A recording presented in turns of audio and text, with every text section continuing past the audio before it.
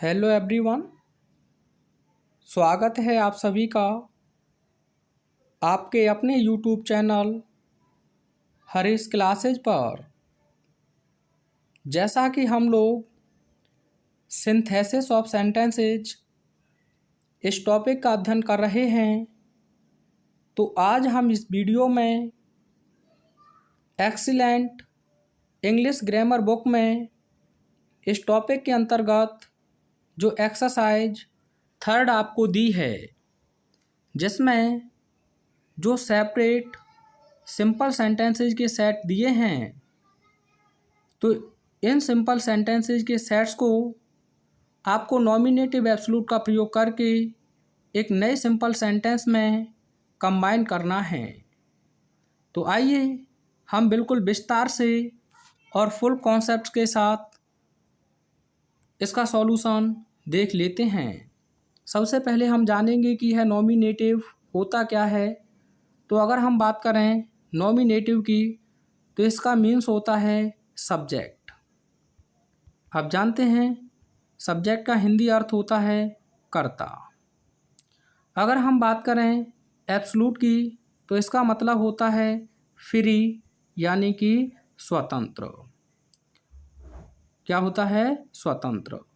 Nominative means होता है subject यानी कि कर्ता, और एब्सोल्यूट मीन्स होता है फ्री यानी कि स्वतंत्र। तो आप जानते हैं जो एक हमारा सेंटेंस होता है उसमें हमें सब्जेक्ट और वर्ब, इस वर्ब को हम फाइनाइट वर्ब भी कह सकते हैं, यह हमें देखने को मिलता है। अगर मान के चलिए हमारा सब्जेक्ट सिंगुलर है तो यह वर्ब भी हमारी सिंगुलर होगी। अगर हमारा सब्जेक्ट प्लूरल है तो ये वर्ब भी हमारी प्लूरल होगी। तो कहने का मतलब है सेंटेंस में जो वर्ब होती है ये एक दूसरे से कनेक्टेड होते हैं, यानी कि वाक्य में जो सब्जेक्ट और वर्ब हैं वे एक दूसरे से कनेक्ट होते हैं। लेकिन यहाँ आपको यह जो वर्ब दी है, इस वर्ब से जो आपका सब्जेक्ट है उसे पूर्ण रूप से क्या करना है? स्वतंत्र करना है। क्या करना है? इसे स्वतंत्र करना है। तो साथियों इसकी कुछ कंडीशन हैं, तो आपको ध्यान रखनी है। नॉमिनेटिव एब्सोल्यूट में जो भी आपको सेपरेट सिंपल सेंटेंस दिए हैं उनके सब्जेक्ट पूर्ण रूप से अलग अलग होने चाहिए। क्या होने चाहिए? सब्जेक्ट दोनों वाक्यों के अलग अलग, और ना ही पहले सेंटेंस का ऑब्जेक्ट दूसरे सेंटेंस में सब्जेक्ट होना चाहिए। ये कंडीशन आपको पूर्ण रूप से याद होनी चाहिए कि नॉमिनेटिव एब्सोल्यूट का जब हम प्रयोग करेंगे तो दोनों सेंटेंसेज के सब्जेक्ट बिल्कुल डिफरेंट होने चाहिए, यानी कि अलग अलग, और ऑब्जेक्ट हमारा दूसरे वाक्य में सब्जेक्ट नहीं होना चाहिए। ये कंडीशन हमने पढ़ी है, बताओ किस में? तो आप कहेंगे हमने पार्टिसिपल में इस कंडीशन को पढ़ा हुआ है। पहले सेंटेंस से हमें रीजन का पता चलेगा और दूसरे सेंटेंस से हमें रिजल्ट का पता चलेगा। तो कह सकते हैं हम यहाँ नॉमिनेटिव एब्सोल्यूट में कारण और संबंध, यानी कि कारण और परिणाम का संबंध होगा। कारण और परिणाम का संबंध होगा। तो साथियों यहाँ हमें प्रेजेंट पार्टिसिपल के एक कॉन्सेप्ट का यूज करना है और परफेक्ट पार्टिसिपल के दोनों कॉन्सेप्ट्स का यूज करना है। तो आइए देखते हैं जो आपका पहला क्वेश्चन है। द वेदर वॉज स्टॉर्मी, यानी कि मौसम तूफानी था। द प्लेन गॉट लेट, और जो प्लेन था उसे देरी हो गई। यहाँ ध्यान से देखिएगा, जो आपका पहला सेंटेंस है उसका सब्जेक्ट है वेदर और दूसरा सेंटेंस है उसका सब्जेक्ट है आपका प्लेन। तो सब्जेक्ट पूर्ण रूप से दोनों के क्या हैं? अलग अलग हैं। अब यहाँ आपने प्रेजेंट पार्टिसिपल में वी वर्ब को पढ़ा हुआ है, यानी कि जब आपका वॉज वर्ब एक वी वर्ब के रूप में आए तो यह एक लिंकिंग वर्ब होगा, और लिंकिंग वर्ब के बाद में हमेशा आपका सब्जेक्ट कॉम्प्लीमेंट आता है। अब सब्जेक्ट कॉम्प्लीमेंट या तो आपका नाउन होगा या प्रनाउन होगा। प्रनाउन हमेशा सब्जेक्टिव केस में होगा या फिर आपका एडजेक्टिव होगा। अब दूसरे तरीके से आप ऐसे भी समझ सकते हैं कि जब वॉज वर्ब एक बी वर्ब यानी कि लिंकिंग वर्ब के रूप में यूज हुई हैं तो इनके बाद आपको आईएनजी फॉर्म और थर्ड फॉर्म जर्नली देखने को नहीं मिलेगा। अगर आईएनजी फॉर्म या थर्ड फॉर्म देखने को मिलेगा तो फिर यह लिंकिंग वर्ब नहीं होंगी, फिर यह हेल्पिंग वर्ब होंगी। तो ये बात आपकी क्लियर है। तो आइएगा, तो ये बी वर्ब है, तो सबसे पहले आपको पहला सब्जेक्ट लिखना है, तो जो है द वेदर। क्या है? The weather. अब ये बी वर्ब है तो आपको इसे बीइंग में बदल देना है, बी और उसमें आप लगा देंगे आईएनजी। प्रेजेंट पार्टिसिपल में आपने पढ़ा हुआ है। उसके बाद एडजेक्टिव आप लिख देंगे स्टॉर्मिंग। क्या लिखेंगे? स्टॉर्मिंग। तो यहाँ इस वर्ब से यह सब्जेक्ट आपका पूर्ण रूप से क्या है? स्वतंत्र है। यहाँ वो आपका, ये तो अनकाउंटेबल नाउन है मान के चलिए। अगर काउंटेबल नाउन होता तो आप चाहें तो उसे सिंगुलर रखते तब भी बीइंग होता, अगर आप चाहें तो प्लूरल रखते तब भी आपका बीइंग होता। आगे आप लगाएंगे कॉमा, आगे दूसरे सेंटेंस को एज इट इज लिख देंगे, the plan got late. Clear है ना? कोई दिक्कत नहीं होनी चाहिए। सेकंड देखिएगा, the teacher entered the class. अध्यापक ने क्लास में प्रवेश किया। The students stood up. और छात्र खड़े हो गए। तो देख सकते हैं दोनों सेंटेंस के सब्जेक्ट अलग अलग हैं। पहले सेंटेंस से रीजन का पता चल रहा है, कारण क्या है? अध्यापक ने क्लास में प्रवेश किया, परिणाम क्या हुआ? छात्र खड़े हो गए। तो साथियों यह आप देख सकते हैं एक्टिव वॉइस में है। तो एक्टिव वॉइस में आपने परफेक्ट पार्टिसिपल में क्या पढ़ा था? हैविंग के साथ थर्ड फॉर्म। लेकिन यहाँ आपको सब्जेक्ट लिखना है क्योंकि उसी आप स्वतंत्र कर रहे हैं। तो क्या लिखेंगे? The teacher. क्या लिखेंगे? The teacher. एक्टिव में इसीलिए आपको लिखना होगा हैविंग, और थर्ड फॉर्म आप लिख देंगे एंटर्ड। क्या लिख देंगे? Entered the class. उसके बाद आपको लगाना है कॉमा, आगे लिख देंगे the students stood up. The teacher having entered the class. अध्यापक की क्लास में प्रवेश करने के बाद द स्टूडेंट्स स्टूड अप। छात्र खड़े हो गए। अब साथियों आप चाहें तो यहाँ टीचर्स करिए तब भी हैविंग रहेगा, अब टीचर दिया है तब भी हैविंग है। तो यह स्वभाव से यह सब्जेक्ट पूर्ण रूप से क्या है? स्वतंत्र है। आगे देखिएगा, द आर्मी अराइव्ड, यानी कि सेना का आगमन हुआ। The relief work took speed. और जो रिलीफ थी उसने कार्य की रफ्तार को पकड़ लिया। तो यहाँ भी आप देखेंगे तो दोनों सेंटेंस के जो सब्जेक्ट हैं वह पूर्ण रूप से अलग अलग हैं। पहले से रीजन का पता चल रहा है और दूसरे से रिजल्ट का। तो ये हैविंग एक्टिव में है तो हैविंग का यूज आपको कर देना है। तो आप लिखेंगे द आर्मी। उसके बाद आप लिखेंगे हैविंग। उसके बाद थर्ड फॉर्म हो जाएगा आपका अराइव्ड। ठीक है, यहाँ लगाएंगे कॉमा, आगे आप लिख देंगे the relief work took speed. The army having arrived comma the relief work took speed. अगला देखिएगा, द सन रोज, यानी कि सूर्य उदित हुआ। द फॉग डिसअपियर्ड, और कोहरा गायब हो गया। तो ये भी एक्टिव वॉइस में ही है। सब्जेक्ट आप मिलाते चलना है, ये ध्यान रखेंगे, अलग अलग है ना। तो सबसे पहले आप लिखेंगे द सन, और यहाँ आप लिखेंगे हैविंग। थर्ड फॉर्म हो जाएगा आपका राइजन। यहाँ लगाएंगे आप कॉमा, आगे the fog disappeared. The sun having risen, सूर्य के उदित होने के बाद द फॉग डिसअपियर्ड, कोहरा गायब हो गया। द सनसेट, सूर्य अस्त हुआ। The stars cam up in the sky, और तारे आकाश में ऊपर आए। तो यहाँ भी आप देखें सब्जेक्ट दोनों सेंटेंसेज के अलग अलग हैं। पहले से रीजन का पता चल रहा है और दूसरे से रिजल्ट का। तो रीजन वाला सेंटेंस एक्टिव में है तो आप लिखेंगे the sun having. The sun having. उसके बाद थर्ड फॉर्म सेट ही रहेगा, कॉमा लगाएंगे, आगे आप लिख देंगे the stars cam up in the sky. कितना आसान है। अगला देखिएगा, द वर्क वॉज डन, कार्य पूरा किया गया। वी वेंट बैक होम, और हम घर वापस चले गए। तो यहाँ देखेंगे दोनों सेंटेंसेस के सब्जेक्ट अलग अलग हैं। यहाँ वॉज के बाद में आपको डू का थर्ड फॉर्म देखने को मिला है, तो ये पैसिव वॉइस में है। अब पैसिव वॉइस में है तो आपको सब्जेक्ट के बाद हैविंग बीन का प्रयोग करना है। तो सबसे पहले आप लिखेंगे द वर्क। अब पैसिव में है तो आपको यहाँ लिखना होगा हैविंग बीन।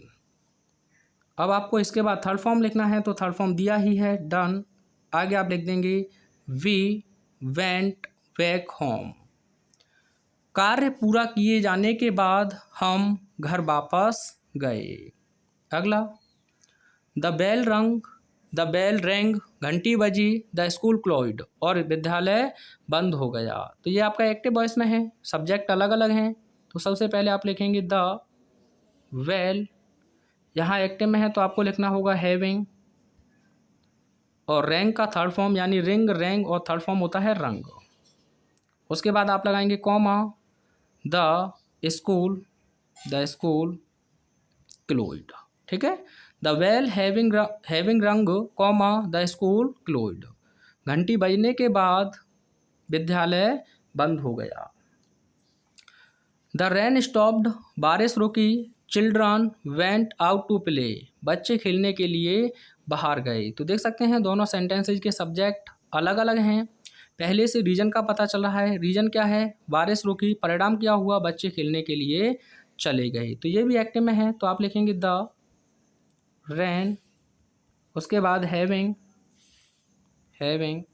थर्ड फॉर्म हो जाएगा आपका स्टॉप्ड। आगे आप लगाएंगे कॉमा, लिख देंगे चिल्ड्रन। ठीक है, वेंट आउट टू प्ले। अगला देखिएगा, the fog was very dense, यानी कि कोहरा बहुत ज़्यादा घना था। No one could see his way through the streets, और कोई भी व्यक्ति सड़क से होकर अपना रास्ता नहीं देख सका। तो यहाँ आप देख सकते हैं दोनों सेंटेंसेज के सब्जेक्ट अलग अलग हैं। पहले से रीजन का पता चल रहा है, कारण क्या है? अत्यधिक कोहरा था। परिणाम क्या हुआ? कोई भी सड़क से होकर अपने रास्ते को ना देख सका। तो आप यहाँ देखेंगे वॉज के बाद में ये आपको एक एडजेक्टिव दिया है डेंस, उससे पहले ये एडवर्ब है, तो यह सब्जेक्ट कॉम्प्लीमेंट है। और सब्जेक्ट कॉम्प्लीमेंट है तो आपको यहाँ वॉज जो है एक बी वर्ब के रूप में है, तो आप लिखेंगे द फॉग, और इसे बदल देंगे आप बीइंग में। आगे आप लिखेंगे वेरी डेंस, यहाँ लगाएंगे आप कॉमा, आगे लिख देंगे no one could see his way through the streets. कोई दिक्कत आपको नहीं होनी चाहिए। अगला देखिएगा, द लेटर वॉज रिटर्न, पत्र लिखा गया। He posted it at once, और उसने इसे तुरंत ही पोस्ट कर दिया। तो आप देख सकते हैं सब्जेक्ट दोनों के अलग अलग हैं, ये माइंड में बैठ जाना चाहिए आपके में।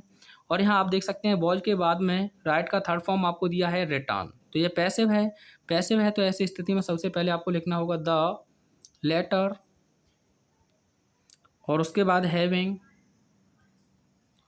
के बाद में आपको लिखना होगा बीन, थर्ड फॉर्म हो जाएगा आपका रिटर्न। यहाँ लगाएंगे कॉमा, आगे ही पोस्टेड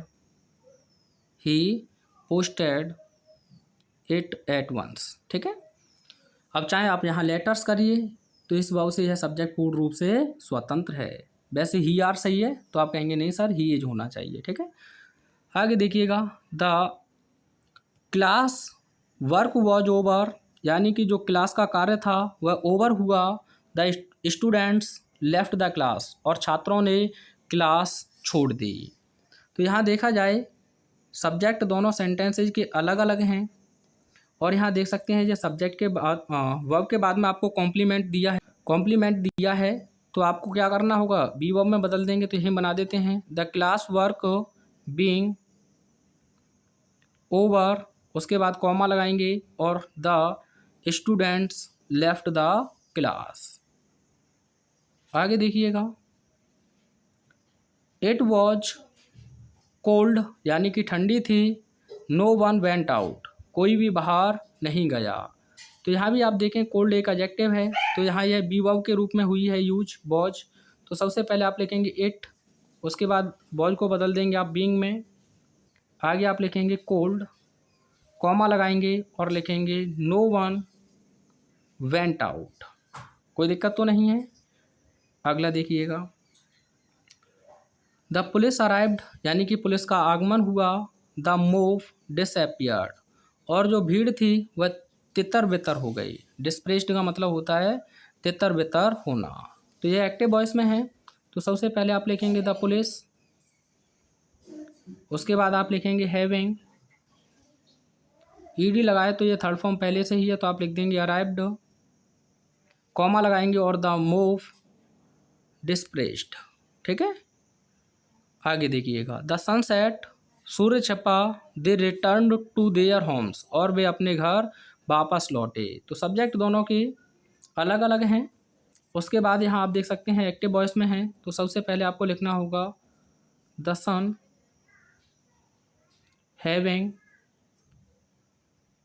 थर्ड फॉर्म हो जाएगा आपका सेट, कॉमा, दे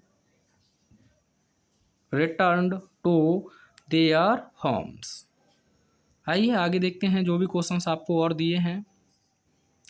अगला है माई पॉकेट वॉज पिक्ड, मेरी जेब काट ली गई, I had no money for bus fare, और मेरे पास बस किराए के लिए कोई भी पैसा नहीं था। सब्जेक्ट दोनों के अलग अलग हैं। और यहाँ आपका पैसे वॉइस है। तो सबसे पहले आप लिखेंगे माई पॉकेट, यहाँ पैसे में बनाएंगे तो आपको बताया है हैविंग, हैविंग के बाद बीन, और पैसे में थर्ड फॉर्म तो यहाँ दिया ही है तो पिक्ड, कॉमा लगाएंगे और I had no money for bus fare, my pocket having been picked, comma, I had no money for bus fare. अब चाहे यहाँ पॉकेट्स करिए तब भी आपका हैविंग से ये सब्जेक्ट आपका स्वतंत्र है। आगे है the teacher entered the class, यानी कि अध्यापक क्लास में प्रवेश किए, द बॉयज बिकेम साइलेंट, और जो शैतान लड़के थे वो शांत हो गए। तो यहाँ भी आप देख सकते हैं दोनों के सब्जेक्ट अलग अलग हैं। एक्टिव वॉइस है, पहले से रीजन और दूसरे से रिजल्ट। तो आप लिखेंगे the teacher having, the teacher having entered the class, comma, the boys became silent, the teacher having entered the class, comma, the boys became silent। आगे the leader was slain, नेता का कत्ल कर दिया गया, the followers ran away in fear, और जो अनुयायी थे वो डर के मारे भाग गए। कभी आपने देखा है कि नेता का कत्ल कर दिया गया हो? तो आप कहेंगे नहीं। क्यों? नेता का कभी कत्ल नहीं होता है, आम जनता आपस में लड़ती फिरती है। वो तो सांसद भी हो जाएं तब भी उनकी तो अलग ही पार्टी चलती है भाई, बेहते हम ही लोग हैं। तो ये पैसे वॉइस है, इसलिए का थर्ड फॉर्म है। तो सबसे पहले हमें लिखना होगा द लीडर और हैविंग बीन स्लेन, यहाँ आप लगाएंगे कॉमा, और the followers ran away in fear, the leader having been slain, नेता का कत्ल किए जाने के बाद, the followers ran away in fear, जो अनुयायी थे वो डर के मारे भाग गए। अगला है इट वॉज अ हॉलीडे, यानी कि अवकाश था, the students did not go to school, और छात्र विद्यालय नहीं गए। तो साथियों आप देखेंगे यहाँ वॉज के बाद में हॉलीडे एक नाउन के रूप में आया है, तो ये बी वर्ब है। तो सबसे पहले आपको करना होगा इसका क्या, इट बी वर्ब है तो आप इसे बदल देंगे बीइंग में। उसके बाद आप लिखेंगे अ हॉलीडे, यहाँ लगा देंगे कॉमा, आगे आप लिख देंगे the students did not go to school. अब इस सेंटेंस को करेक्ट करने के लिए भी वो दे देता है। अब क्वेश्चन इस बार भी आया है आपका 2024 डीबी क्वेश्चन पेपर में, शायद क्वेश्चन था आपका being a holiday, comma, we did not go to school, यही क्वेश्चन था आपका, we did not go to school. अब इसमें करेक्ट करने के लिए देता है। अब हम लोग सोच लेते हैं कि प्रेजेंट पार्टिसिपल से है तो ये बिल्कुल ही सही है। नहीं साथियों, प्रेजेंट पार्टिसिपल में क्या होता है, सब्जेक्ट दोनों के एक हैं, लेकिन यहाँ अवकाश की बात कर रहा है, नाउन है। अब ये नाउन है तो यहाँ ये वी वर्ब है, ये अपने आप में सब्जेक्ट को स्वतंत्र कर रही है, और सब्जेक्ट है तो मौसम, दिन, महीना, इसके लिए आप प्रोनाउन का यूज करते हैं। तो सही कैसे होना चाहिए ये, it being a holiday, comma, we did not go to school. Star लगाइए, कई बार ये पूछा गया है और बहुत से छात्र इनमें कंफ्यूज रहते हैं। द वर्क वॉज डन, कार्य पूरा किया गया, ऑल वर सेटिस्फाइड, और सभी संतुष्ट हो गए। डायलॉग भी आपने सुना है, कार्य हुआ और होता ही चला गया, तो हम भी कह देते हैं the work was done, done डना डन डन डना डन डन। तो कैसे बनाएंगे आप, ये आप देख सकते हैं, डू का थर्ड फॉर्म है। तो सबसे पहले आप लिखेंगे द वर्क, पैसिव है तो आप लिखेंगे हैविंग बीन, और थर्ड फॉर्म हो जाएगा हमारा डन, कॉमा लगाएंगे, आगे लिख देंगे ऑल वर सेटिस्फाइड। यानी कि कार्य पूरा किए जाने के बाद सभी संतुष्ट हो गए। अगला है द बैंक वॉज क्लोज्ड, यानी कि जो बैंक थी वह क्लोज्ड हो गई और आई could not withdraw any money, और मैं कोई भी पैसा विदड्रॉ नहीं कर सका। तो आप इसे देख सकते हैं, ये भी पैसिव में है। तो आप लिखेंगे द बैंक और उसके बाद having been closed comma I could not withdraw any money. अब साथियों 2024 में एक क्वेश्चन पूछा है, इसका आंसर आप मुझे कमेंट में सेंड करेंगे। क्वेश्चन यहाँ लिख रहा हूँ, 2024 क्वेश्चन पेपर में इसे पूछा है। क्वेश्चन है द सन रोज, उसके बाद फुल स्टॉप, सेकंड सेंटेंस है the boys went to school. इसका आपको सिंपल सेंटेंस बना के मुझे कमेंट में सेंड करना है। क्वेश्चन क्या है, the sun rose the boys went to school.